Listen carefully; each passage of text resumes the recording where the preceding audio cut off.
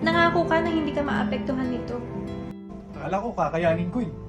Pero nagsiselos ako. Ito ang sakripisyo kung gusto mong magsama tayo. Pakawalan mo na lang ako. Mahal kita eh. Mahal din kita. Yung sumpah yung pinipigil para magkaroon tayo ng normal na relasyon. Paano? Mahal ko.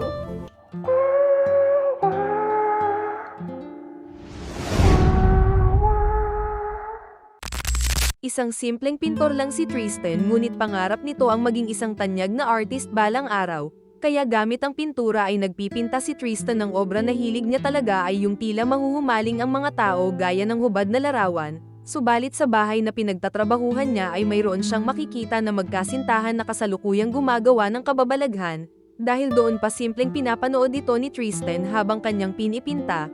Ngunit nang mapansin si Tristan ng babae na naroon ay tila hinayaan niya lang si Tristan na mapanood ang ginagawa nila. Subalit kaakibat ng pagmamahal ni Tristan na maging isang artist at itong tiyuhin niya naman ang labis na pumipigil sa kanya sa dahilang wala raw itong mapapala sa hilig niya dahil mga trabahador nga lang daw sila. Bagaman walang sumusuporta sa pangarap na iyon ni Tristan, ngunit tuloy pa rin ito sa paggawa ng obra kahit hindi nito alam na kung may patutunguhan pa ba. Kaya nagsabi ito sa itaas na bigyan siya ng sign na kung magpapatuloy pa nga ba siya. Please! Give me a sign! Matapos noon habang nagpapahinga si Tristan mayroong biglang lalabas na misteryosong babae at sinabi kay Tristan na siya daw si Paraluman na magiging inspirasyon niya sa pagpipinta. Hindi naman maintindihan ni Tristan kung saan nanggaling ang babae ngunit binaliwala niya na lang iyon at kinausap ang babae. Sambit ni Paraluman na matutulungan niya raw si Tristan na gumawa ng obra sa pamamagitan ng katawan nito. At sa bawat makakagawa ng sining si Tristan ay siyang magiging lakas naman daw iyon ni Paraluman dahil hindi nito kailangan ng tubig at pagkain bilang isang immortal na babae. Subalit bawal daw hawakan ni Tristan si Paraluman para manatili siya doon, at kapag nagkataon na mahawakan daw kasi ni Tristan si Paraluman ito ay biglaang maglalaho at mamamatay naman si Tristan. Kahit naguguluhan pumayag na rin naman si Tristan sa gusto ng babae dahil wala rin naman ang mawawala. Itapat mo ang kamay mo sa akin, pero ingat na hindi dumikit. Tapos na. Magkadugtong na tayo. Kaya sa oras na iyon agad na rin ipininta ni Tristan si Paraluman habang ito ay walang saplot sa buong katawan.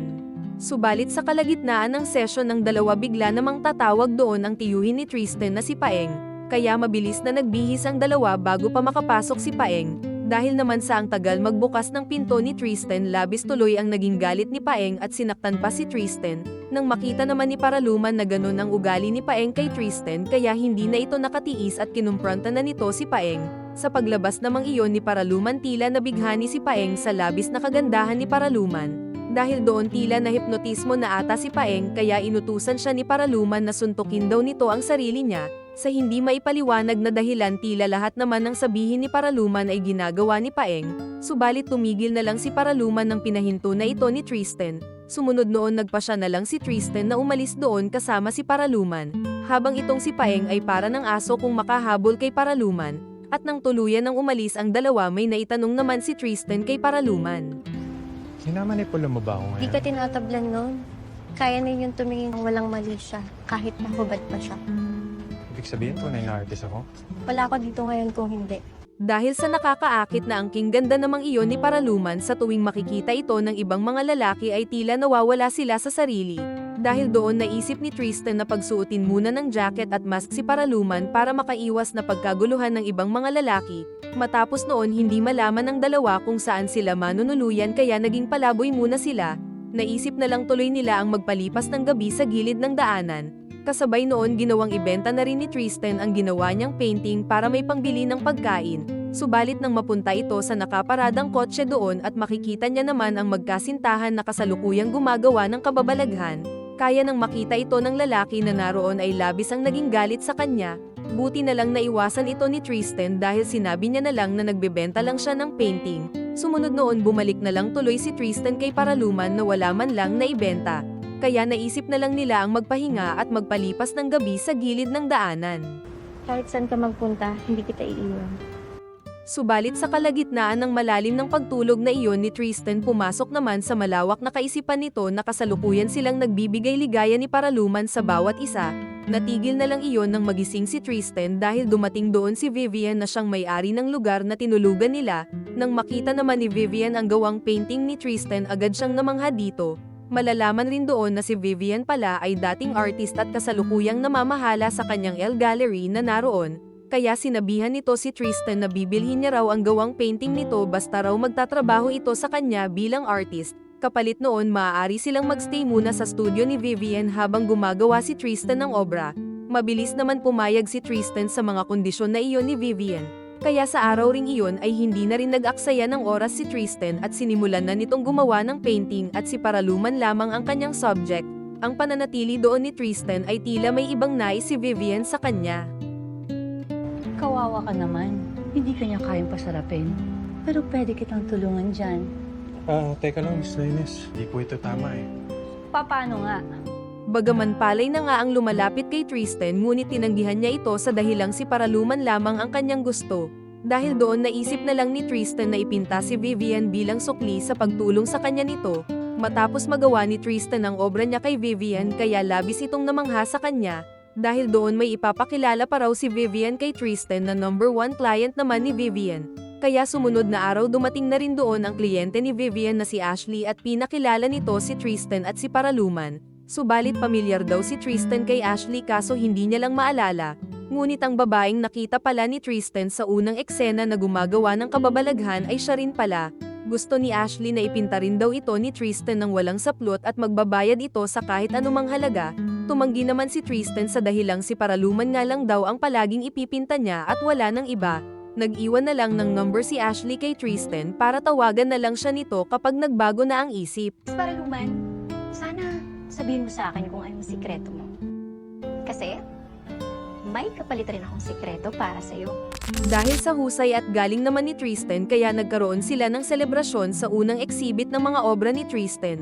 Dumalo rin doon ang mga regular na kliyente ni Vivian, maging si Ashley ay naroon din. Matapos mag-speech ni Tristan, tinawag niya naman ang kanyang inspirasyon sa pagpipinta na si Paraluman para mag-speech rin sana. Subalit nang alisin na nito ang suot niyang mas, tila bigla na lang nagkagulo ang mga lalaki na naroon. Kaya ginawa ni Paraluman na bumalik na lang muna sa studio upang hindi na siya pagkaguluhan. Sa kalagitnaan naman ng party at habang nagsasayaw ang lahat, mayroong binigay na tableta naman si Ashley kay Tristan. Sa hindi maipaliwanag na pakiramdam, tila bigla na lang tuloy naramdaman ni Tristan ang lumutang sa kalawakan kasabay ng pag-init ng katawan. Dahil doon sinamantala naman ni Ashley ang pagkakataon, kaya dinala niya si Tristan sa tahimik na lugar para bigyan ng CPR. Ngunit hindi pa man umaabot sa kasarapan, tila umayaw naman si Tristan dahil si Paraluman lang ang nasa isip niya. Pagbalik naman ni Tristan sa studio, agad na sinabi niya kay Paraluman na kung ano nga ang ginawa nila ni Ashley. Inamin niya rin na kaya nagawa niya raw ang bagay na iyon dahil may gamot na pinainom sa kanya si Ashley. Hindi naman nagalit si Paraluman kahit may iba pang mga babae ang makasiping ni Tristan dahil hindi kaya ibigay ni Paraluman ang hilig niya. Kung pwede nga lang raw maghawak silang dalawa, gagawin na rin sana nila ang magtalik. Subalit ang nais nilang iyon ay pwede naman raw mangyari. At ito ay sa pamamagitan ng ibang tao. Naisip tuloy ng dalawa na kausapin si Ashley at isama ang BF nito upang magawa nila ang nais na ligaya. Magiging kapartner ni Tristan si Ashley habang sa ibang lalaki naman si Paraluman, kasabay na may takip sila sa mata. Sa sitwasyong iyon, habang nagaganap ang bakbakan, iniisip ng dalawa na parang sila ang nagtatalik sa pamamagitan ng imahinasyon. Subalit sa paglipas ng panahon bilang artist at muse, tuluyan na rin nakilala ang mga obra ni Tristan at Paraluman. Subalit habang nagtatagal, bilang hindi pwedeng hawakan ni Tristan si Paraluman, tila hindi niya na ito makayanan. Bagaman labis na mahal ng dalawa ang bawat isa, imposible pa rin talaga nila magawa ang matagal na nilang nais. At kung mangyari man ang hindi mapigilan na tawag ng pag-ibig, malaki naman ang magiging kapalit nito sa dalawa.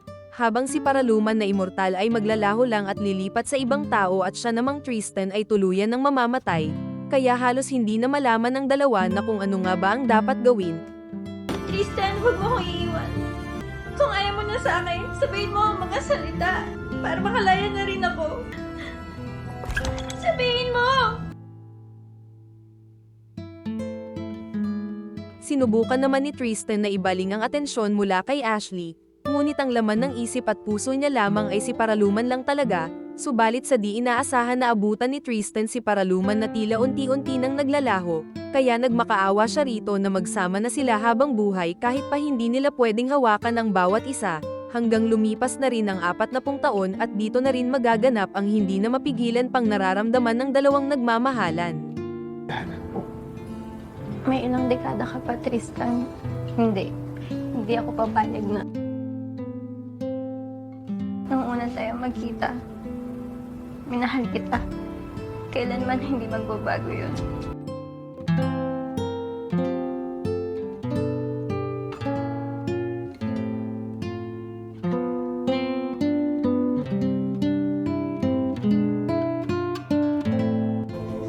Paalam. Mahal ko.